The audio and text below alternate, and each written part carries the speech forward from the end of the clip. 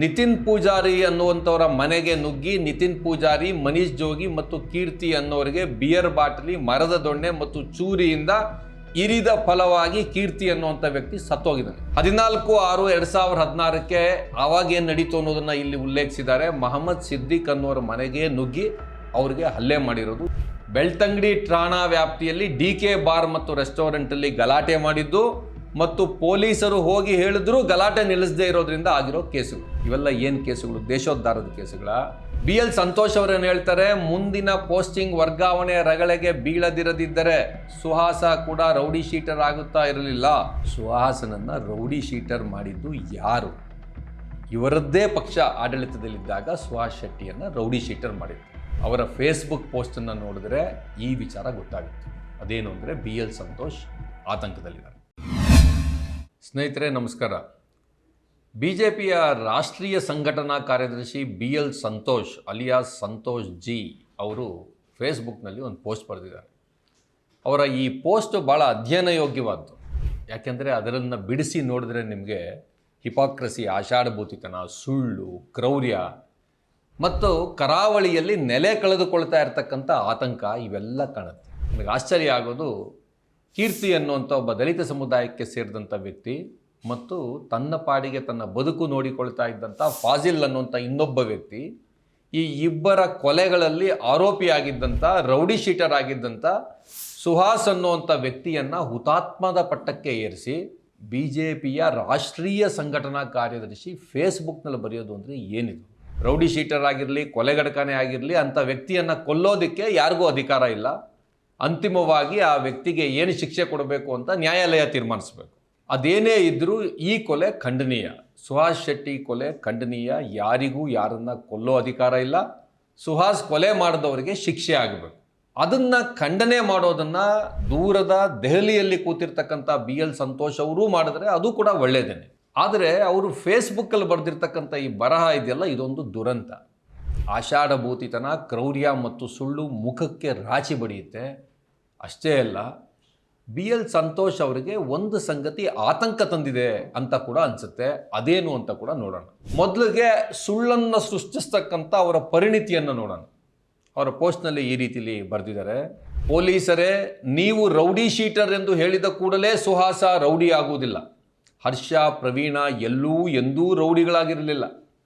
ಅವರನ್ನು ಕೊಂದವರು, ಅವರನ್ನು ಕೊಂದಿದ್ದು ಹರ್ಷ, ಪ್ರವೀಣ ಹಿಂದೂ ಎನ್ನುವ ಕಾರಣಕ್ಕೆ. ಹಾಗೆಯೇ ಸುಹಾಸ ಕೂಡ. ನಿಮ್ಮ ಕರ್ತವ್ಯ ನೀವು ಮಾಡಿದ್ದಿದ್ದರೆ, ಮುಂದಿನ ಪೋಸ್ಟಿಂಗ್ ವರ್ಗಾವಣೆ ರಗಳೆಗೆ ಬೀಳದಿದ್ದರೆ ಸುಹಾಸ ಕೂಡ ರೌಡಿ ಶೀಟರ್ ಆಗುತ್ತಿರಲಿಲ್ಲ, ಹತ್ಯೆಗೀಡಾಗುತ್ತಲೂ ಇರಲಿಲ್ಲ. ಸುಹಾಸನ ಹತ್ಯೆಗೆ ನೀವು ಕಾರಣವೇ. BJPಯ ರಾಷ್ಟ್ರೀಯ ಸಂಘಟನಾ ಕಾರ್ಯದರ್ಶಿ, ಅವರನ್ನು ದೇಶದ BJPಯ ನಂಬರ್ 3 or 4ನೇ ಸ್ಥಾನದಲ್ಲಿರೋ ವ್ಯಕ್ತಿ ಅಂತ ಅಂತಾರೆ. ಅವ್ರು ಏನು ಬರೀತಾರೆ ನೋಡಿ. ಪೊಲೀಸರು ಮುಂದಿನ ಪೋಸ್ಟಿಂಗ್ ವರ್ಗಾವಣೆ ರಗಳೆಗೆ ಬೀಳದಿರದಿದ್ದರೆ ಈ ಸುಹಾಸ್ ಶೆಟ್ಟಿ ಎನ್ನುವ ವ್ಯಕ್ತಿ ರೌಡಿ ಶೀಟರ್ ಆಗ್ತಾ ಇರಲಿಲ್ವಂತೆ. ಹಾಗಾದರೆ ಆತನನ್ನು ರೌಡಿ ಶೀಟರ್ ಆಗಿ ಘೋಷಣೆ ಮಾಡಿದ್ದು ಯಾತಕ್ಕಾಗಿ, ಯಾರು, ಯಾವಾಗ? ಇದನ್ನು ನೋಡೋಣ. ಇಲ್ಲಿ ನೀವು ನೋಡಿ, ಇದು ರೌಡಿ ಶೀಟ್ ತೆರೆಯುವಂಥ ನಡಾವಳಿ. ಇದರ ಪ್ರಕಾರ ಈ ಸುಹಾಸ್ ಶೆಟ್ಟಿ ಮತ್ತು ಸ್ನೇಹಿತರು 31/5/2020 ನಿತಿನ್ ಪೂಜಾರಿ ಅನ್ನುವಂಥವರ ಮನೆಗೆ ನುಗ್ಗಿ ನಿತಿನ್ ಪೂಜಾರಿ, ಮನೀಶ್ ಜೋಗಿ ಮತ್ತು ಕೀರ್ತಿ ಅನ್ನೋರಿಗೆ ಬಿಯರ್ ಬಾಟಲಿ, ಮರದ ದೊಣ್ಣೆ ಮತ್ತು ಚೂರಿಯಿಂದ ಇರಿದ ಫಲವಾಗಿ ಕೀರ್ತಿ ಅನ್ನುವಂಥ ವ್ಯಕ್ತಿ ಸತ್ತೋಗಿದ್ದಾನೆ. ಇದೊಂದು ಹತ್ಯೆ. ಇದು ಯಾವ ಗನಂದಾರಿ ಕೆಲಸನೂ ಅಲ್ಲ. ಈ ಕೇಸು ನಡೆದಿದ್ದು ಮೇ 2020. ಆಗ ರಾಜ್ಯದಲ್ಲಿ ಸಾಕ್ಷಾತ್ BJP ಸರ್ಕಾರ ಇತ್ತು. ಎರಡನೇ ಕೇಸು 14/6/2016 ಆವಾಗ ಏನು ನಡೀತು ಅನ್ನೋದನ್ನು ಇಲ್ಲಿ ಉಲ್ಲೇಖಿಸಿದ್ದಾರೆ. ಮಹಮ್ಮದ್ ಸಿದ್ದಿಕ್ ಅನ್ನೋರ ಮನೆಗೆ ನುಗ್ಗಿ ಅವರಿಗೆ ಹಲ್ಲೆ ಮಾಡಿರೋದು. ಇದು ನಡೆದಿರೋದು ಕಾಂಗ್ರೆಸ್ ಸರ್ಕಾರ ಇದ್ದಾಗ. ಇಲ್ಲಿ ಉಲ್ಲೇಖಿಸಿರ್ತಕ್ಕಂಥ ಮೂರನೇ ಕೇಸು 20/1/2020 ಪಾಪಿಲೋನ್ ಬಾರಲ್ಲಿ ವಿಪರೀತ ಸದ್ದು ಗದ್ದಲ ಮಾಡ್ತಾ ಇದ್ದಾರೆ ಅಂತ ಅಲ್ಲೇ ಊಟ ಮಾಡೋಕ್ಕೆ ಬಂದಿದ್ದಂಥ ಭಾಸ್ಕರ ಅನ್ನೋ ವ್ಯಕ್ತಿ ಕೇಳಿದ್ದಕ್ಕೆ ಆತನ ಮೇಲೆ ಸುಹಾಸ್ ಶೆಟ್ಟಿ ಮತ್ತು ಇತರರು ಗುಂಪುಗೂಡಿಕೊಂಡು ಹಲ್ಲೆ ಮಾಡಿ ಚೇರಲ್ಲಿ ಹೊಡೆದು ಕೊಲೆ ಬೆದರಿಕೆ ಹಾಕಿರುವಂಥ ಕೇಸು. ಇದು ನಡೆದಿದ್ದು BJP ಸರ್ಕಾರ ಇದ್ದಾಗ. ಇಲ್ಲಿ ಬರೆದಿರೋ 4ನೇ ಕೇಸು 20/8/2016 ಮಂಗಳೂರಲ್ಲಿ ನಡೆದಿದ್ದಲ್ಲ. ಬೆಳ್ತಂಗಡಿ ಠಾಣಾ ವ್ಯಾಪ್ತಿಯಲ್ಲಿ DK ಬಾರ್ ಮತ್ತು ರೆಸ್ಟೋರೆಂಟಲ್ಲಿ ಗಲಾಟೆ ಮಾಡಿದ್ದು ಮತ್ತು ಪೊಲೀಸರು ಹೋಗಿ ಹೇಳಿದ್ರು ಗಲಾಟೆ ನಿಲ್ಲಿಸದೇ ಇರೋದ್ರಿಂದ ಆಗಿರೋ ಕೇಸುಗಳು. ಇವೆಲ್ಲ ಏನು ಕೇಸುಗಳು? ದೇಶೋದ್ಧಾರದ ಕೇಸುಗಳ. ಇದರ ಬಗ್ಗೆ ಸನ್ಮಾನ್ಯ BL ಸಂತೋಷ್ ಅವರು ವಕಾಲತ್ತು ವಹಿಸೋದ ಡೆಲ್ಲಿಯಿಂದ? ಈ ಎಲ್ಲ ಕೇಸುಗಳ ಬಗ್ಗೆ ಬರೆದಂಥ ಪೊಲೀಸ್ ಅಧಿಕಾರಿ ಅಂತಿಮವಾಗಿ ಈ ರೀತಿ ಬರೀತಾರೆ, ನೋಡ್ಬೋದು ನೀವು. ಪೊಲೀಸ್ ನಿರೀಕ್ಷಕರು ಬಜಪೆ ಪೊಲೀಸ್ ಠಾಣೆ ಇವರ ಅಭಿಪ್ರಾಯ, ಈತನನ್ನು ಅಂದರೆ ಸುಹಾಸ್ ಶೆಟ್ಟಿಯನ್ನ ಕಾನೂನಿನ ಅಡಿಯಲ್ಲಿ ನಿಯಂತ್ರಿಸದಿದ್ದಲ್ಲಿ ಹಲ್ಲೆ, ಕೊಲೆ ಯತ್ನ, ಗಲಾಟೆ, ದೊಂಬಿ, ದರೋಡೆ, ಜೀವ ಬೆದರಿಕೆ ಮುಂತಾದ ಮಾಡುವ ಕೃತ್ಯಗಳನ್ನೇ ಮುಂದುವರಿಸುವ ಸಾಧ್ಯತೆ ಇರುತ್ತದೆ. ಈತನ ಮೇಲೆ ಈಗಾಗಲೇ ಬಜಪೆ ಪೊಲೀಸ್ ಠಾಣೆ ಹಾಗೂ ಇತರ ಪೊಲೀಸ್ ಠಾಣೆಯಲ್ಲಿ ಪ್ರಕರಣ ದಾಖಲಾಗಿ ವಿಚಾರಣೆಯಲ್ಲಿರುತ್ತೆ. ಹೀಗೆ ಇರುವಾಗಲೇ ಈತನು ಕಳವಾರು, ಶಾಂತಿಗುಡ್ಡೆ ಪರಿಸರದಲ್ಲಿನ ಹಿಂದೂ ಯುವಕರ ಗುಂಪನ್ನು ಕಟ್ಟಿಕೊಂಡು ಹಿಂದೂ ಮುಸ್ಲಿಂ ಯುವಕರ ಮೇಲೆ ವಿನಾಕಾರಣ ಹಲ್ಲೆ, ಕೊಲೆ ಯತ್ನ, ದೊಂಬಿ, ಗಲಾಟೆ, ದರೋಡೆ, ಜೀವ ಬೆದರಿಕೆ ಮುಂತಾದ ಕೃತ್ಯಗಳನ್ನು ಉಂಟು ಮಾಡುವ ಪ್ರವೃತ್ತಿಯುಳ್ಳವರಾಗಿರುವ ಬಗ್ಗೆ ಗುಪ್ತ ಮಾಹಿತಿಯಿಂದ ತಿಳಿದು ಬಂದಿರುತ್ತೆ. ಅಲ್ಲದೆ ಬಜಪೆ ಪೊಲೀಸ್ ಠಾಣಾ ವ್ಯಾಪ್ತಿಯ ಪರಿಸರದಲ್ಲಿ ಮುಸ್ಲಿಂ ಸಂಘಟನೆಗಳು ಪ್ರಬಲವಾಗಿದ್ದು ಮುಂದಕ್ಕೆ ಈ ವಿಚಾರ ಹಿಂದೂ ಮುಸ್ಲಿಂ ವಿಚಾರಕ್ಕೆ ತಿರುಗಿ ಅದು ಕೋಮು ಸಂಘರ್ಷಕ್ಕೆ ಎಡೆ ಮಾಡಿಕೊಡುವ ಸಾಧ್ಯತೆ ಇರುತ್ತೆ. ಈತನನ್ನು ನಿಯಂತ್ರಿಸಬೇಕಿದ್ದಲ್ಲಿ ಈತನ ಮೇಲೆ ರೌಡಿ ಹಾಳೆಯನ್ನು ತೆರೆದು ಆತನ ಕಾರ್ಯಚಟುವಟಿಕೆಗಳ ಬಗ್ಗೆ ಪದೇ ಪದೇ ನಿಗಾ ಇಟ್ಟು ಆತನ ವರ್ತನೆಯಲ್ಲಿ ಏನಾದರೂ ಬದಲಾವಣೆಗಳು ಕಂಡು ಬಂದಲ್ಲಿ ಆತನ ಮೇಲೆ ಭದ್ರತಾ ಕಾಯ್ದೆಯಡಿ ಪ್ರಕರಣಗಳನ್ನು ದಾಖಲಿಸಿ ಮುಚ್ಚಳಿಕೆಗಳನ್ನು ಪಡೆದುಕೊಳ್ಳುವುದು ಸೂಕ್ತವೆಂದು ಕಂಡುಬರುತ್ತದೆ. ವಾರವಾ ಶಬಾಷ್! ಇಂಥ ವ್ಯಕ್ತಿಯ ಬಗ್ಗೆ ಸನ್ಮಾನ್ಯ BL ಸಂತೋಷ್ ಅವರು ಹಿಂದೂ ಹೃದಯ ಸಾಮ್ರಾಟ ಅನ್ನೋ ರೀತಿಯಲ್ಲಿ ಬಿಂಬಿಸೋದಕ್ಕೆ ಹೊರಟಿದ್ದಾರೆ. ಇನ್ನೂ ಒಂದು ವಿಶೇಷ ಇದೆ ಕೇಳಿ. ಇವೆಲ್ಲ ಬರೆದು ರೌಡಿ ಶೀಟ್ ತೆಗೆಯೋಕೆ ತೀರ್ಮಾನ ಮಾಡಿದ್ದು 18/6/2020. ಆಗ ಈ ರಾಜ್ಯದ ಮುಖ್ಯಮಂತ್ರಿ ಯಾರಾಗಿದ್ರು? BS ಯಡಿಯೂರಪ್ಪ. ಗೃಹ ಸಚಿವರು ಯಾರಾಗಿದ್ರು? ಬಸವರಾಜ ಬೊಮ್ಮಾಯಿ. BL ಸಂತೋಷ್ ಅವರೇನು ಹೇಳ್ತಾರೆ? ಮುಂದಿನ ಪೋಸ್ಟಿಂಗ್ ವರ್ಗಾವಣೆ ರಗಳೆಗೆ ಬೀಳದಿರದಿದ್ದರೆ ಸುಹಾಸ ಕೂಡ ರೌಡಿ ಶೀಟರ್ ಆಗುತ್ತಾ ಇರಲಿಲ್ಲ. ಅಂದರೆ BJP ಸರ್ಕಾರದ ಅವಧಿಯಲ್ಲೇನೆ ಸುಹಾಸ್ ಮೇಲೆ ರೌಡಿ ಶೀಟ್ ತೆಗೆದಿದ್ದಾರೆ. BL ಸಂತೋಷ್ ಅವರು ಯಾರ ಮೇಲೆ ಆರೋಪ ಮಾಡ್ತಾ ಇದ್ದಾರೆ? ತಮ್ಮದೇ ಸರ್ಕಾರದ ಮೇಲೆ ಆರೋಪ ಮಾಡ್ತೀರಾ? ಮೇಲೆ ಹೇಳಲಾದ ಕೇಸುಗಳಿದ್ದಂಥ ವ್ಯಕ್ತಿ ಭಾಳ ಪುಣ್ಯಾತ್ಮನ. ಆತನ ಮೇಲೆ ರೌಡಿ ಶೀಟರ್ ತೆಗೆದ ಇನ್ನೇನು ಮಾಡಬೇಕಾಗಿತ್ತು? ಸೊ ಈ ರೌಡಿ ಶೀಟ್ ಆಗೋದಕ್ಕೆ ಸ್ವತಃ ಆತನೇ ಕಾರಣ ಮತ್ತು ಆ ಸಂದರ್ಭದಲ್ಲಿ BJP ಸರ್ಕಾರದ ಅಡಿಯಲ್ಲಿದ್ದಂಥ ಪೊಲೀಸರೇ ಕಾರಣ. ಇದೇ BL ಸಂತೋಷ್ ಅವರ ಸಂಘಟನೆ ಕಾರಣ. ಅವರ ಸಂಘಟನೆಗೆ ಸೇರಿದವರು ಅಧಿಕಾರದಲ್ಲಿದ್ದರು ಅಂತ ಮಾತ್ರ ಅಲ್ಲ, ಇವರೇ ಈತನಂತವನನ್ನು ಕ್ರಿಮಿನಲ್ ಚಟುವಟಿಕೆಗಳಿಗೆ ದೂಡಿದವರು ಅನ್ನೋ ಕಾರಣಕ್ಕೆ ಆತ ರೌಡಿ ಶೀಟರ್ ಆಗೋದಕ್ಕೂ ಆತ ಹತ್ಯೆ ಆಗಲಕ್ಕೂ ನೀವೇ ಕಾರಣ ಅಂತ ಹೇಳ್ಬೋದಲ್ವಾ? ಇಲ್ಲಿ ಇನ್ನೂ ಒಂದು ಡೇಂಜರಸ್ ಆಗಿರುವಂಥ ವಿಚಾರ ನಡೀತು. ಅಂದರೆ ಇಂಥವ್ರನ್ನ ಪೋಷಿಸಿ ಬೆಳೆಸೋವಂಥ BL ಸಂತೋಷ್ ತರದವರು ಇಂಥವ್ರನ್ನ ಹುತಾತ್ಮ ಅಂತ ಮಾಡ್ತಿದ್ದಾರಲ್ಲ, ಈ ರೀತಿಯ ವಿದ್ಯಮಾನ ನಡೀತಾ ಇರೋದ್ರಿಂದಲೇ ರೌಡಿ ಶೀಟ್ ತೆಗೆದ ಮೇಲೂ ಸುಹಾಸ್ನ ಕ್ರಿಮಿನಲ್ ಕೆಲಸ ನಿಲ್ಲಲಿಲ್ಲ. ಜುಲೈ 2022ರಲ್ಲಿ ಮೊಹಮ್ಮದ್ ಫಾಜಿಲ್ ಅನ್ನುವಂಥ 23 ವರ್ಷದ ವ್ಯಕ್ತಿಯ ಮರ್ಡರ್ ಆಯಿತು. ಇದೇ ಸುಹಾಸ್ ಆ ಕೇಸ್ನಲ್ಲಿ ಮೊದಲ ಆರೋಪಿ. ಈ ಮೊಹಮ್ಮದ್ ಫಾಜಿಲ್ ಯಾರ ತಂಟೆಗೂ ಹೋಗದೇ ಇರುವಂಥ ವ್ಯಕ್ತಿ. ಜಾತಿ ಧರ್ಮ ಅಂತ ನೋಡದೆ ಯಾರಿಗೆ ಅಗತ್ಯ ಇದ್ದರೂ ಅವರಿಗೆ ರಕ್ತದಾನ ಮಾಡೋಕ್ಕೆ ಮತ್ತು ರಕ್ತದಾನವನ್ನು ಅರೇಂಜ್ ಮಾಡೋಕ್ಕೆ ಕೆಲಸ ಮಾಡ್ತಾ ಇದ್ದವನು. ಆದರೆ ಇನ್ನೆಲ್ಲೋ ಪ್ರವೀಣ್ ನೆಟ್ಟಾರು ಅನ್ನುವಂಥ ಒಬ್ಬ ಯುವಕನ ಕೊಲೆ ಆಯಿತು ಅಂತ ಈ ಫಾಜಿಲನ್ನು ಸುಹಾಸ್ ಶೆಟ್ಟಿ ಮತ್ತು ಸಂಗಡಿಗರು ಕೊಂದರು ಅಂತ ಇದೇ BJP ಸರ್ಕಾರ, ಬಸವರಾಜ ಬೊಮ್ಮಾಯಿ ಅವರ ಸರ್ಕಾರ ಸುಹಾಸ್ ಶೆಟ್ಟಿಯನ್ನು ಅರೆಸ್ಟ್ ಮಾಡಿಸಿತ್ತು. ಸ್ವಾಮಿ ಸಂತೋಷ್ ಅವರೇ, ನೀವು ಯಾರ ಪರವಾಗಿ ವಕಾಲತ್ತು ವಹಿಸ್ತಾ ಇದ್ದೀರಾ? ಯಾರ ಪರವಾಗಿ ಕಾವ್ಯಾತ್ಮಕವಾದ ಮಾತುಗಳನ್ನು ಬರಿತಾ ಇದ್ದೀರಾ? ನೀವಿರೋ ಸ್ಥಾನ ಏನು ಅಂತನಾದರೂ ಯೋಚನೆ ಮಾಡ್ಬೋದಿತ್ತು. ಹೇಗೂ ನಿಮ್ಮ ಶೋಭಾ ಕರಂದ್ಲಾಜೆ, CT ರವಿ, ಭರತ್ ಶೆಟ್ಟಿ, ವೇದವ್ಯಾಸ ಕಾಮತ್ ಇವರೆಲ್ಲ ಇದ್ದರು. ನೀವು ಡೆಲ್ಲಿಯಿಂದ ಫೇಸ್ಬುಕ್ಕಲ್ಲಿ ಇದನ್ನು ಬರಿತಾ ಇದ್ದೀರಲ್ವಾ? ನಿಮಗೇನು ಅನ್ಸೋದಿಲ್ವಾ? ಭಾರತ ಪಾಕಿಸ್ತಾನದ ಬಾರ್ಡರ್ನಲ್ಲಿ ಟೆನ್ಷನ್ ಇದೆ. ನೀವು ಅಂಥ ಸಂದರ್ಭದಲ್ಲಿ ನಿಮ್ಮ ಪಕ್ಷದ ಸಂಘಟನೆ ಮೂಲಕ ದೇಶವನ್ನು ಸುಭದ್ರ ಮಾಡೋಕ್ಕೆ ಮಾಡಬೇಕಿದ್ದ ಬೇರೆ ಕೆಲಸ ಇತ್ತು ನಿಮಗೆ. ದೇಶದೊಳಗಡೆ ಎಲ್ಲರನ್ನೂ ವಿಶ್ವಾಸಕ್ಕೆ ತೆಗೆದುಕೊಳ್ಳೋಣ ಇವತ್ತಿನ ಸಂದರ್ಭದಲ್ಲಿ ಅಂತ ಕರೆ ಕೊಡಬೇಕಿತ್ತು. ಅಥವಾ ಇಂಥದ್ದಕ್ಕೆ ತಲೆ ಹಾಕದೆ ರಾಷ್ಟ್ರ ನಿರ್ಮಾಣದ ದೊಡ್ಡ ಕೆಲಸ ಯಾವುದಾದ್ರೂ ಇದ್ದರೆ ಅದನ್ನು ಮಾಡಬೇಕಿತ್ತು. ಅದನ್ನು ಬಿಟ್ಟು ನೀವು ಮಾಡಿದ್ದೇನು? ಒಬ್ಬ ರೌಡಿ ಶೀಟರನ್ನು, 2 ಕೊಲೆಗಳಲ್ಲಿ ಆರೋಪಿಯಾಗಿದ್ದವನ್ನ ಹಿಂದೂ ಹೋರಾಟಗಾರ ಅಂತ ಬಿಂಬಿಸೋಕೆ ಹೊರಟಿದ್ದು ಸರಿನಾ? ಯಾಕೆ ಈ ಪ್ರಶ್ನೆ ಬರುತ್ತೆ ಅಂದರೆ, ಇಷ್ಟು ದೊಡ್ಡ ಸ್ಥಾನದಲ್ಲಿರುವಂಥ ವ್ಯಕ್ತಿ ಇದ್ದಕ್ಕಿದ್ದಂಗೆ ಮಂಗಳೂರಿನಲ್ಲಿ ನಡೆಯುವಂಥ ಒಂದು ಘಟನೆ ಬಗ್ಗೆ ಫೇಸ್ಬುಕ್ಕಲ್ಲಿ ಈ ರೀತಿಯಲ್ಲಿ ಬರೆಯುವಂಥ ವ್ಯಕ್ತಿ ಕೆಲವೇ ದಿನಗಳ ಕೆಳಗಡೆ ಅದೇ ಮಂಗಳೂರಿನಲ್ಲಿ ಇನ್ನೊಂದು ಹತ್ಯೆ ನಡೆಯಿತು. ಅದರ ಬಗ್ಗೆ ದಿವ್ಯ ಮೌನ ಇದ್ದರು. ಈ ಸುಹಾಸ್ ಹತ್ಯೆಗೆ ಮುಂಚೆ ಒಬ್ಬ ಅಮಾಯಕ ಅಶ್ರಫನನ್ನು BJPಗೆ ಸಂಬಂಧ ಇರುವಂಥ ವ್ಯಕ್ತಿಗಳು ಸೇರಿ ಬಡದು ಕೊಂದಾಕಿದ್ರಲ್ಲಪ್ಪ, ಅದರ ಬಗ್ಗೆ ಒಂದೇ ಒಂದು ಮಾತಾಡಬಾರ್ದ? ಕನಿಷ್ಠ ಅನುಕಂಪ, ಬಾಯಿ ಮಾತುಗಾದರೂ ಕರುಣೆ. ಎಲ್ಲಿಗೆ ಹೋಗಿ ನಿಲ್ಲುತ್ತಪ್ಪ ಈ ದೇಶ ಅಂತ ಅನ್ಸುತ್ತೆ ಇಂಥ ಫೇಸ್ಬುಕ್ ಪೋಸ್ಟ್ನ ನೋಡಿದ್ರೆ. ಸಂತೋಷ್ ಅವರು ಸುಹಾಸ್ ಶೆಟ್ಟಿ ಹತ್ಯೆ ವಿಚಾರದಲ್ಲಿ ಎಡಪಂಥೀಯರ ಜೀವಪರ ವ್ಯಕ್ತಿಗಳನ್ನು ನಖಶಿಖಾಂತ ಖಂಡಿಸ್ತಾರೆ.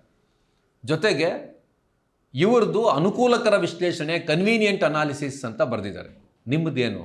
ರೌಡಿ ಶೀಟರ್ ಸುಹಾಸನ ಸಿದ್ಧಾಂತದ ಕುರಿತು ಕನಿಷ್ಠ ಅನುಕಂಪ ಇರದ, ಆ ಸಿದ್ಧಾಂತದ ಕುರಿತು ತೀವ್ರ ವಿರೋಧ ಇರುವ ಎಡಪಂಥೀಯರು, ಜೀವಪರ ಇರತಕ್ಕಂಥ ಜನ ಎಲ್ಲ ಸುಹಾಸ್ ಶೆಟ್ಟಿ ಕೊಲೆ ಕೂಡ ನಡೀಬಾರ್ದು ಅಂತಲೇ ಬರೆದಿದ್ದಾರೆ. ಆದರೆ ಈ BL ಸಂತೋಷ್ ತಪ್ಪಿನೋ ಅಶ್ರಫ್ನ ಸಾವಿಗೆ, ಗುಂಪೊಂದು ದಾಳಿ ಮಾಡಿ ಹೊಡೆದು ಕೊಲ್ಲಲ್ಪಟ್ಟ ಅಮಾಯಕನ ಸಾವಿಗೆ ಮರುಗೋದಿಲ್ಲ.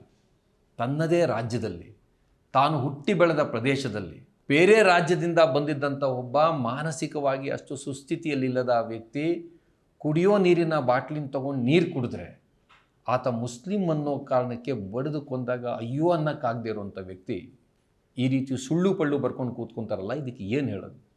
ಇದು ಕ್ರೌರ್ಯ ಹೌದಾ ಅಲ್ವಾ? ಅಷ್ಟೇ ಅಲ್ಲ, ಸುಹಾಸನನ್ನು ರೌಡಿ ಶೀಟರ್ ಎಂದು ಬಿಂಬಿಸಲು ಪೊಲೀಸರು, ಕೆಲವು ಮಾಧ್ಯಮಗಳು, ಕಾಂಗ್ರೆಸ್ಸಿಗರು, ಎಡಚರು ಹಾಗೂ ಅವರೇ ಹಣ ಕೊಟ್ಟು ಆರಂಭಿಸಿದ ಸೋಷಿಯಲ್ ಮೀಡಿಯಾ ಹ್ಯಾಂಡಲ್ಗಳು ನೂರಾರು ಸ್ಪರ್ಧೆಗಿಳಿದಿದ್ದಾರೆ ಅಂತ ಬರೀತಾರೆ. ಸುಹಾಸನನ್ನು ರೌಡಿ ಶೀಟರ್ ಮಾಡಿದ್ದು ಯಾರು? ಇವರದ್ದೇ ಪಕ್ಷ ಆಡಳಿತದಲ್ಲಿದ್ದಾಗ ಸುಹಾಸ್ ಶೆಟ್ಟಿಯನ್ನು ರೌಡಿ ಶೀಟರ್ ಮಾಡಿದ್ದು. ಆದರೆ ಆತನನ್ನು ರೌಡಿ ಶೀಟರ್ ಅಂತ ಬಿಂಬಿಸೋಕ್ಕೆ ಬೇರೆ ಯಾರೋ ಸ್ಪರ್ಧೆಗಳಿಗಿದ್ದಾರೆ ಅಂತೆ.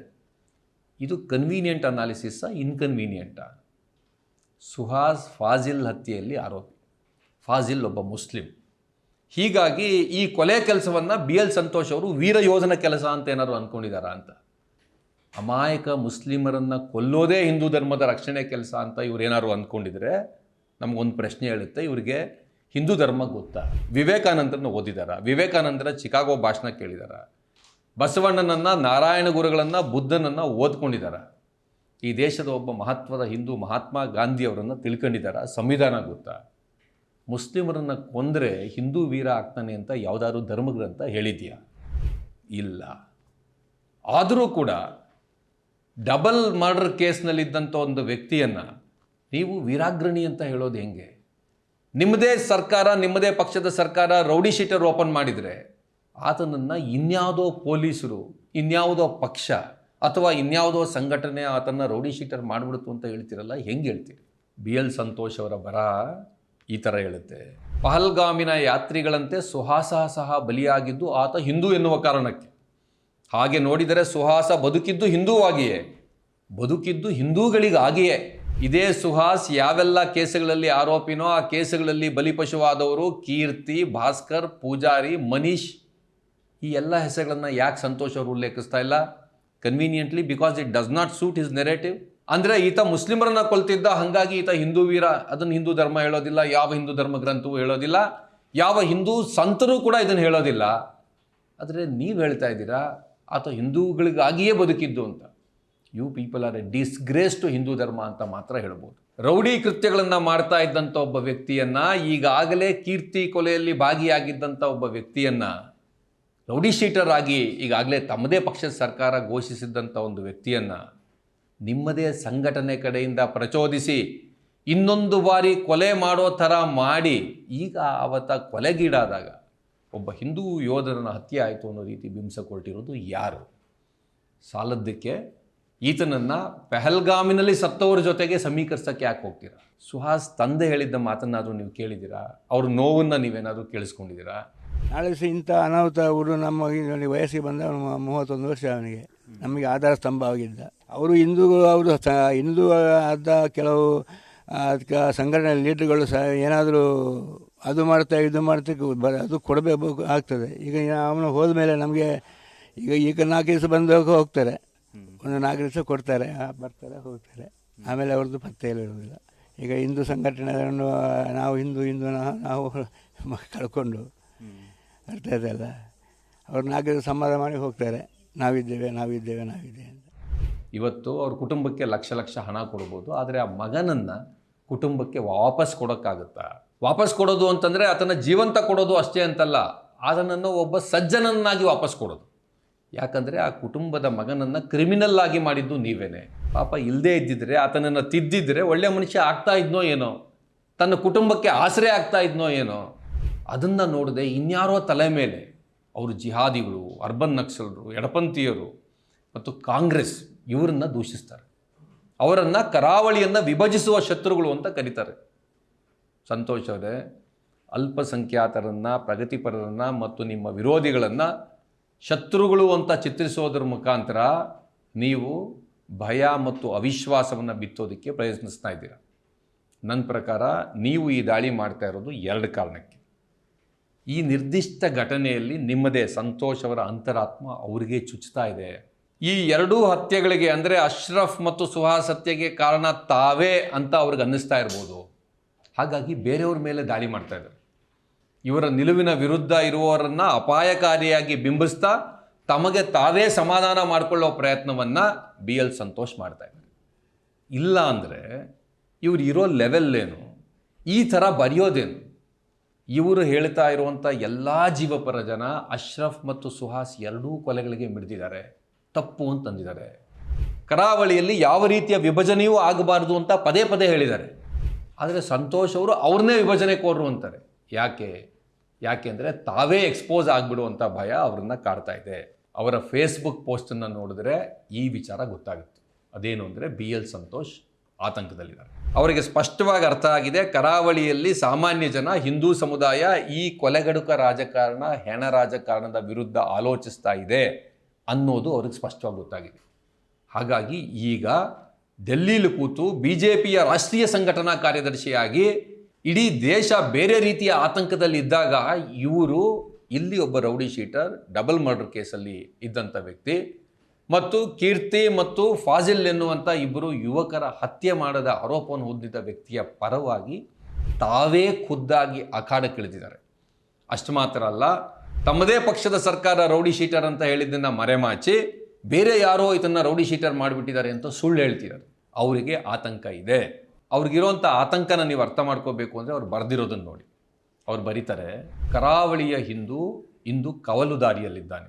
ಅಂದರೆ ಯಾವ ಕವಲಾದಿ? ಕೋಮುವಾದದ ಹಾದಿಯಿಂದ ದೂರ ಸರಿಯುತ್ತಿರುವಂಥ ಹಾದಿ. ಸಂತೋಷ್ ಅವರು ತಮ್ಮ ಪೋಸ್ಟ್ನಲ್ಲಿ ನಂಬಿದ ದಾರಿಯಲ್ಲಿ ಇರಿ ಅಂತ ಕೇಳ್ಕೊಳ್ತಿರೋದು ಯಾರನ್ನ? ಇವರಿಂದ ದೂರ ಸರಿತಾ ಇರೋರನ್ನ. ಆ ನಂಬಿದ ದಾರಿಯಲ್ಲಿ ನಡೆಯುವವರು, ನಡೆಸುವವರು, ಆಧಾರವಾಗುವವರು, ಜೊತೆಗೆ ನಿಲ್ಲುವ ಕುಟುಂಬದವರು ಒಮ್ಮೆ ನಿಂತು ದೀರ್ಘ ಉಸಿರೆಳೆದು ಪುನಃ ಸಂಕಲ್ಪಿಸಿ ಮುನ್ನಡೆಯಲು ಆರಂಭಿಸಬೇಕಾದ ಘಟ್ಟದಲ್ಲಿದ್ದೇವೆ. ನಮ್ಮೊಳಗೆ ಭೇದ ಹುಟ್ಟಿಸಲು ಬಂದು ಸೇರಿದವರಿದ್ದಾರೆ, ಮಹತ್ವಾಕಾಂಕ್ಷೆಯ ಕಾರಣಕ್ಕೆ ದಾರಿ ತಪ್ಪಿದವರಿದ್ದಾರೆ, ಆಸೆ ಬುರುಕರು ಇದ್ದಾರೆ, ಸುಡುವ ಮನೆಯಲ್ಲಿ ಚಳಿ ಕಾಯಿಸುವವರು ಇದ್ದಾರೆ. ಎಲ್ಲವನ್ನೂ ಗುರುತಿಸಿ ಅರ್ಥ ಮಾಡಿಕೊಂಡು ಉತ್ತರ ಕಂಡುಕೊಂಡು ನಂಬಿದ ದಾರಿಯಲ್ಲೇ ಸಾಗಬೇಕಾಗಿದೆ. ಇದೆಲ್ಲ ತಮಗೇ ಹೇಳ್ಕೊಳ್ತಾ ಇದ್ದಂಗಿದೆ. ಜೊತೆಗೆ ಆ ದಾರಿಯಲ್ಲಿ ಇಂದೋ ನಾಳೆಯೋ ನಾನೂ ಪ್ರವೀಣನಾಗಬಹುದು, ನಾನೂ ಸುಹಾಸನಾಗಬಹುದು ಅಂತ ಬರೀತಾರೆ. ಅಂದರೆ ಇವರೆಲ್ಲರೂ ಕರಾವಳಿಯ ಹಿಂದೂಗಳು BL ಸಂತೋಷ್ ಅವರು ನಂಬಿದ ಹಾದಿಯಿಂದ ದೂರ ಸರಿತಾ ಇದ್ದಾರೆ ಅಂತ ಸಂತೋಷ್ ಅವ್ರಿಗೆ ಅರ್ಥ ಆಗಿದೆ. ಹಾಗಾಗಿನೇ ಅಷ್ಟು ದೊಡ್ಡ ಸ್ಥಾನದಲ್ಲಿದ್ದರೂ ಇಲ್ಲಿನ ತಮ್ಮ ಕೋಟೆ ಕುಸಿಯುತ್ತಿರುವಂಥ ಆತಂಕದಲ್ಲಿ ಇಂಥದ್ದೊಂದು ಫೇಸ್ಬುಕ್ ಪೋಸ್ಟ್ ಹಾಕ್ಬಿಟ್ಟಿದ್ದಾರೆ. ಇದಲ್ಲದೆ ಇದೇ ಪೋಸ್ಟ್ನಲ್ಲಿ ಅವರು 2 ಸಾರಿ ಸಂಖ್ಯೆಯ ಬಲದಿಂದ ಕರಾವಳಿಯನ್ನು ವಶಪಡಿಸಿಕೊಳ್ಳುತ್ತೇವೆ ಅಂತ ಯಾರೋ ಹೇಳ್ತಿದ್ದಾರೆ ಅಂತ ಬಿಂಬಿಸ್ತಾರೆ. ಕರಾವಳಿಯಲ್ಲಿ ಒಂದು ವೇಳೆ ಹಿಂದೂ, ಮುಸ್ಲಿಂ, ಕ್ರೈಸ್ತರ ಬಗ್ಗೆ ಅವ್ರು ಹೇಳ್ತಾ ಇದ್ದಾರೆ ಅನ್ನೋದಾದರೆ 100ಕ್ಕೆ 3/4 ಹೆಚ್ಚು ಜನ, 75%ಗೂ ಜಾಸ್ತಿ ಜನ ಹಿಂದೂಗಳೇ ಇದ್ದಾರೆ. ಹಾಗಾದರೆ ಸಂಖ್ಯೆಯ ಬಲದಿಂದ ಕರಾವಳಿಯನ್ನು ಇನ್ನಾರೋ ಹೇಗೆ ವಶಪಡಿಸ್ಕೊಳ್ತಾರೆ? ಅಂದರೆ ಹಿಂದೂಗಳು ತಮ್ಮಿಂದ ದೂರ ಸರಿತಾ ಇದ್ದಾರೆ ಅಂತ BL ಸಂತೋಷ್ ಅವ್ರಿಗೆ ಅನ್ನಿಸ್ತಾ ಇದೆಯಾ? ಇದು ಪ್ರಶ್ನೆ. ಇವರ ಪೋಸ್ಟಿನಲ್ಲಿ ಅತ್ಯಂತ ಆತಂಕಕಾರಿಯಾಗಿರುವಂಥ ಒಂದು ಭಾಗ ಇದೆ. ಅದು ಹುತಾತ್ಮತನದ ರೊಮ್ಯಾಂಟಿಕ್ ಚಿತ್ರಣ. ಅವ್ರು ಹೇಳ್ತಾರೆ, ಕರಾವಳಿಯ ಹಿಂದೂ ಜನ ವಿವೇಕದಿಂದಲೇ ಬದುಕಲು, ಬಾಳಲು, ಬಲಿಯಾಗಲು ಸಿದ್ಧರಾಗಿದ್ದಾರೆ. ಇದು ಶಾಂತಿ ಕರೆ ಅಲ್ಲ. ಇದು ಯುವಕರನ್ನು ಧಾರ್ಮಿಕ ಯುದ್ಧಕ್ಕೆ ಪ್ರೇರೇಪಿಸ್ತಕ್ಕಂಥ ಕರೆ. ಇದು ಒಂದು ಅಪಾಯಕಾರಿ ಸಂದೇಶ. ಇದು ಹಿಂಸೆಯನ್ನು ಸಮರ್ಥಿಸುತ್ತೆ ಮತ್ತು ಯುವ ಹಿಂದೂಗಳನ್ನು ಯೋಧರು ಅಂತ ಭಾವಿಸೋದಕ್ಕೆ ಪ್ರೇರೇಪಿಸುತ್ತೆ. ಹಾಗಾಗಿನೇ ಅಷ್ಟೇ ಅಲ್ಲ, ಅವರು ಇನ್ನೂ ಬರೆಯೋದು ನೋಡಿ, ನಂಬಿದ ಈ ದಾರಿಯಲ್ಲಿ ಸಾಗುವ ಕರಾವಳಿಗರ ವ್ಯಕ್ತಿಗತ ಹಾಗೂ ಸಾಮಾಜಿಕ ಸಂಕಲ್ಪಕ್ಕೆ ಶಕ್ತಿ ನೀಡಿ ಎಂದಷ್ಟೇ ಹರ್ಷ, ಪ್ರವೀಣ, ಸುಹಾಸನಂಥ 10 ಹಲವು ಚೇತನಗಳಲ್ಲಿ ಕೇಳಿಕೊಳ್ಳಬಹುದು. ಆ ದಾರಿಯಲ್ಲಿ ಇಂದೋ ನಾಳೆಯೋ ನಾನೂ ಪ್ರವೀಣನಾಗಬಹುದು, ನಾನೂ ಸುಹಾಸನಾಗಬಹುದು. ಅಂದರೆ ಇನ್ನಷ್ಟು ಸುಹಾಸರು ಬಲಿಯಾಗೋದಕ್ಕೆ ಬಲಿಪೀಠ ಸಿದ್ಧಪಡಿಸ್ತಾ ಇದ್ದಾರೆ. ಯಾರು? BJPಯ ರಾಷ್ಟ್ರೀಯ ಸಂಘಟನಾ ಕಾರ್ಯದರ್ಶಿ BL ಸಂತೋಷ್. ತಾನೂ ಪ್ರವೀಣ ಅಥವಾ ಸುಹಾಸನಾಗ್ಬೋದು ಅಂತ ಹೇಳೋದು ಯಾತಕ್ಕೆ ಅಂದರೆ, ಅಂಥ ಬಲಿಪೀಠಕ್ಕೆ ತಾನೂ ಸಿದ್ಧನಿದ್ದೀನಿ, ಡೋಂಟ್ ವರಿ, ನಿಮ್ಮ ಮನೆ ಮಕ್ಕಳು ಮಾತ್ರ ಸತ್ತೋಗೋದಿಲ್ಲ, ರೌಡಿ ಶೀಟರ್ ಆಗೋದಿಲ್ಲ, ನಿಮ್ಮ ಜೊತೆ ನಾನೂ ಇದ್ದೀನಿ ಅಂತ ಹೇಳೋದು ಅವ್ರ ಉದ್ದೇಶ. ವಾಸ್ತವ ಏನು, ಸಂತೋಷ್ ಅವರಿಗೆ ಅಂತ ಯಾವ ಅಪಾಯನೂ ಇಲ್ಲ. ಸಂತೋಷ್ ಅವರ ಜಾತಿಗೆ ಸೇರಿದವರು ರೌಡಿ ಶೀಟರ್ ಆಗಿದ್ದು ಕಡಿಮೆ, ಕೊಲೆಯಾಗಿದ್ದು ಕಡಿಮೆ, ಕೊಲೆ ಮಾಡಿದ್ದು ಕಡಿಮೆ, ಬಡಿದಾಡಿದ್ದು ಕಡಿಮೆ. ಆದರೆ ಇಂತಹದ್ದೆಲ್ಲದರ ಹಿಂದೆ ಅವರೇ ಇರ್ತಾರೆ ಅನ್ನೋದು ಅವ್ರ ಮೇಲಿರುವಂಥ ಆರೋಪ. ಆ ಸಮುದಾಯ ಕೂಡ ಇದ್ರ ಬಗ್ಗೆ ಪ್ರಶ್ನೆ ಮಾಡ್ಕೋಬೇಕು. ಹೌದೋ ಅಲ್ವೋ ಅನ್ನೋದಕ್ಕೆ ನಿಮಗೆ ಡೇಟಾ ಬೇಕಾದರೆ, ಎವಿಡೆನ್ಸ್ ಬೇಕಾದರೆ ಜೈಲಲ್ಲಿರುವಂಥವ್ರದ್ದು ಜಾತಿ ವಿವರ ನೋಡಿ, ಇಂಥ ಗಲಭೆಗಳಲ್ಲಿ ಸತ್ತವರ ಜಾತಿ ವಿವರ ನೋಡಿ, ನಿಮಗೆ ಗೊತ್ತಾಗುತ್ತೆ. ಇಂತಹ ಜೀವಹಾನಿಯಿಂದ ಹಿಂದೂಗಳು ತಮ್ಮಿಂದ ಇನ್ನಷ್ಟು ದೂರ ಸರಿಯಬಹುದು ಅಂತ ಸಂತೋಷ್ ಅವರಿಗೆ ಗೊತ್ತಾಗಿದೆ. ಹಾಗಾಗಿನೇ ಇವೆಲ್ಲ ಕತೆ ಕಟ್ತಾ ಇದ್ದಾರೆ ಮತ್ತು ಸುಳ್ಳು ಹೇಳ್ತಾ ಒಂದು ಬೇರೆ ನೆರೇಟಿವ್ನ ಕ್ರಿಯೇಟ್ ಮಾಡೋದಕ್ಕೆ ಹೋಗ್ತಾ ಇದ್ದಾರೆ. BL ಸಂತೋಷ್ ಅವರ ಪೋಸ್ಟು ಒಂದು ಪ್ರತ್ಯೇಕವಾದ ಬಿಡಿ ಸಂಗತಿ ಅಲ್ಲ.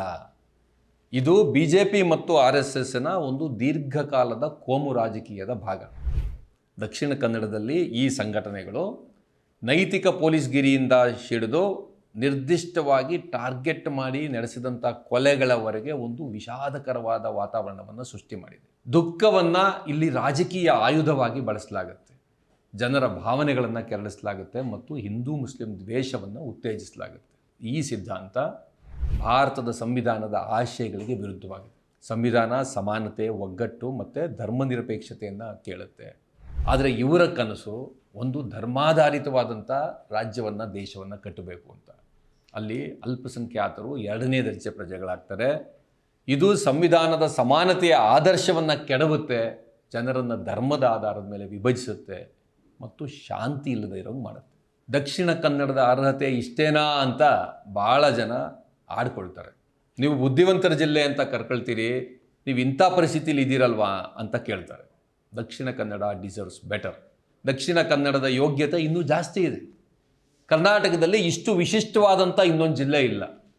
ಇಲ್ಲಿನ ಜನರ ವೃತ್ತಿಪರತೆ, ವೈವಿಧ್ಯ, ಪರಂಪರೆ, ವ್ಯಾಪಾರ, ವ್ಯವಹಾರ, ಭಾಷೆಯಲ್ಲಿರ್ತಕ್ಕಂಥ ಸೊಗಸು, ಭಾರತ ಮತ್ತು ಕರ್ನಾಟಕದ ಇತಿಹಾಸದಲ್ಲಿ ಇದಕ್ಕಿರ್ತಕ್ಕಂಥ ಸ್ಥಾನ, ಇಲ್ಲಿನ ದೈವಗಳು ಎಲ್ಲವೂ ವಿಶಿಷ್ಟವಾಗಿ. ಈ ವಿಶಿಷ್ಟತೆಯನ್ನು ದಕ್ಷಿಣ ಕನ್ನಡ ಮರಳಿ ಪಡಿಬಾರ್ದು ಅಂತ ಕೆಲವು ಶಕ್ತಿಗಳು ಕೆಲಸ ಮಾಡ್ತಾ ಇದ್ದಾರೆ. ಈ ಫೇಸ್ಬುಕ್ ಪೋಸ್ಟ್ ಅದರ ಭಾಗ. ಆದರೆ ದಕ್ಷಿಣ ಕನ್ನಡದ ಜನ ನಿಜಕ್ಕೂ ಬುದ್ಧಿವಂತರಿದ್ದಾರೆ. ಅವರು ತಮ್ಮ ವಿಶಿಷ್ಟತೆಯನ್ನು ಇವತ್ತಲ್ಲ ನಾಳೆ ಸಾಬೀತು ಮಾಡ್ತಾರೆ. ಮತ್ತು ಈಗಾಗಲೇ ಆ ದಿಕ್ಕಿನತ್ತ ದಕ್ಷಿಣ ಕನ್ನಡ ಜಿಲ್ಲೆ ಹೊರಟಿದೆ ಅಂತ ನನಗನ್ನಿಸುತ್ತೆ. ಅದು ಹೊರಟಿರೋದು BL ಸಂತೋಷ್ ಅವ್ರಿಗೆ ಗೊತ್ತಾಗಿದೆ. ಅವರು ಆತಂಕಕ್ಕೆ ಗುರಿಯಾಗಿದ್ದಾರೆ. ಈ ಒಂದು ಕೋಮು ರಾಜಕಾರಣ, ಈ ಒಂದು ಹಿಂಸೆ, ಈ ಶವ ರಾಜಕಾರಣ, ಇದು ಅಲ್ಲಿನ ಜನರಿಗೆ ಇವತ್ತು ಬೇಕಾಗಿಲ್ಲ ಅಂತ ಗೊತ್ತಾಗ್ತಾ ಇದೆ. ಹಾಗಾಗಿ ಈ ರೀತಿ BJPಯ ರಾಷ್ಟ್ರೀಯ ಸಂಘಟನಾ ಕಾರ್ಯದರ್ಶಿ, ಅದರ ನಂಬರ್ 3 or 4, ಇವರು ಅವ್ರದ್ದೇ ಪಕ್ಷ ರೌಡಿ ಶೀಟರ್ ಅಂತ ಘೋಷಿಸಿದ ಒಬ್ಬ ವ್ಯಕ್ತಿಯನ್ನು ಹುತಾತ್ಮನನ್ನಾಗಿ ಮಾಡೋದಕ್ಕೆ ಇದನ್ನು ಬರೆದಿದ್ದಾರೆ. ದಕ್ಷಿಣ ಕನ್ನಡ ಇದಕ್ಕೆ ಮುಂದಿನ ದಿನಗಳಲ್ಲಿ ಉತ್ತರ ಕೊಡುತ್ತೆ ಅಂತ ಅನಿಸುತ್ತೆ. ಕಾದು ನೋಡೋಣ. ನಮಸ್ಕಾರ. ಮತ್ತಷ್ಟು ವಿಶೇಷ ವಿಡಿಯೋಗಳನ್ನು ನೋಡಲು ಮತ್ತು ಹೊಸ ವಿಡಿಯೋಗಳ ಬಗ್ಗೆ ತಿಳಿಯಲು ಈ ದಿನ .com ಯೂಟ್ಯೂಬ್ ಚಾನೆಲ್ ಸಬ್ಸ್ಕ್ರೈಬ್ ಮಾಡಿ ಮತ್ತು ಬೆಲ್ ಐಕಾನ್ ಕ್ಲಿಕ್ ಮಾಡಿ.